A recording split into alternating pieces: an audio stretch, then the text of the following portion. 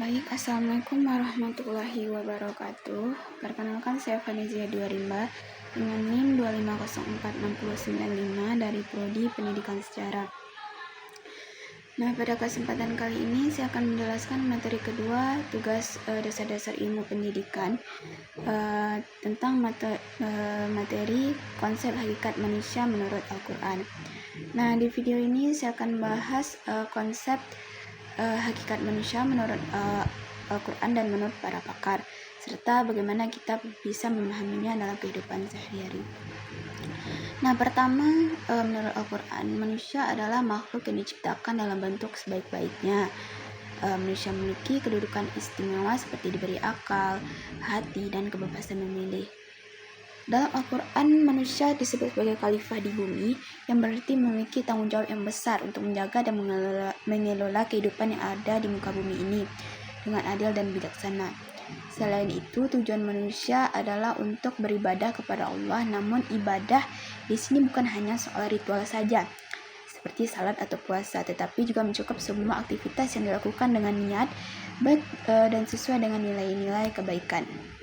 Jadi bekerja, belajar, bahkan berinteraksi dengan orang lain juga bisa bernilai ibadah, selagi itu baik. Al-Quran juga menjelaskan bahwa manusia memiliki potensi ganda, yaitu kecenderungan kepada kebaikan dan keburukan. Artinya manusia tidak diciptakan langsung sempurna, tetapi memiliki proses perjuangan dalam mengendalikan diri, karena ia mampu memilih dan bertanggung jawab atas pilihannya sendiri. Nah, kalau menurut para pakar, konsep hakikat manusia dijelaskan dari berbagai sudut pandang. Nah, René Descartes melihat manusia sebagai makhluk rasional, artinya kemampuan berpikir adalah ciri utama manusia. Manusia dianggap ada dan sadar karena ia berpikir. Nah, Aristoteles memandang manusia sebagai makhluk sosial, artinya manusia tidak bisa hidup sendiri. Manusia selalu membutuhkan interaksi, kerjasama dengan orang lain, dan hubungan. Nah, sementara itu Sigmund Freud melihat manusia dari sisi psikologis. Ia menjelaskan bahwa dalam diri manusia ada golongan naluriah dan struktur kepribadian yang mempengaruhi perilaku. Jadi menurut Freud, tidak semua tindakan manusia sepenuhnya rasional, tetapi juga dipengaruhi oleh dorongan bawah sadar. Nah, kalau kita bandingkan, menurut saya perbedaan utamanya adalah Al-Quran memandang manusia itu secara utuh, bukan hanya rasional atau sosial saja, tetapi juga spiritual, sedangkan para pakar cenderung melihat manusia dari satu aspek tertentu. Nah, seperti akalnya, perilakunya, atau kehidupan sosialnya.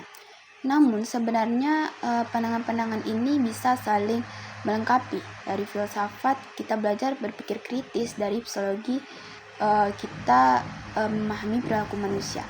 Dan dari Al-Quran, kita mendapatkan arah serta nilai moralnya. Jadi kesimpulannya itu, hakikat manusia itu adalah makhluk yang memiliki potensi, akal, tanggung jawab, dan tujuan hidup. Pendidikan, lingkungan, nilai-nilai yang dianut akan sangat menentukan bagaimana potensi itu berkembang. Nah, semakin kita memahami hakikat manusia, semakin kita sadar bahwa hidup ini bukan hanya tentang bertahan, tetapi tentang berkembang, berbuat baik, dan dapat memberikan manfaat bagi orang lain atau sesama makhluk hidup.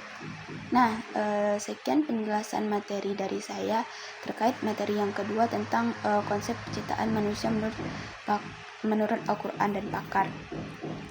Nah, sekian, terima kasih atas waktunya. Jika terdapat kata-kata dan yang kurang baik, saya mohon maaf. Wabillahi taufiq wal hidayah. Assalamualaikum warahmatullahi wabarakatuh.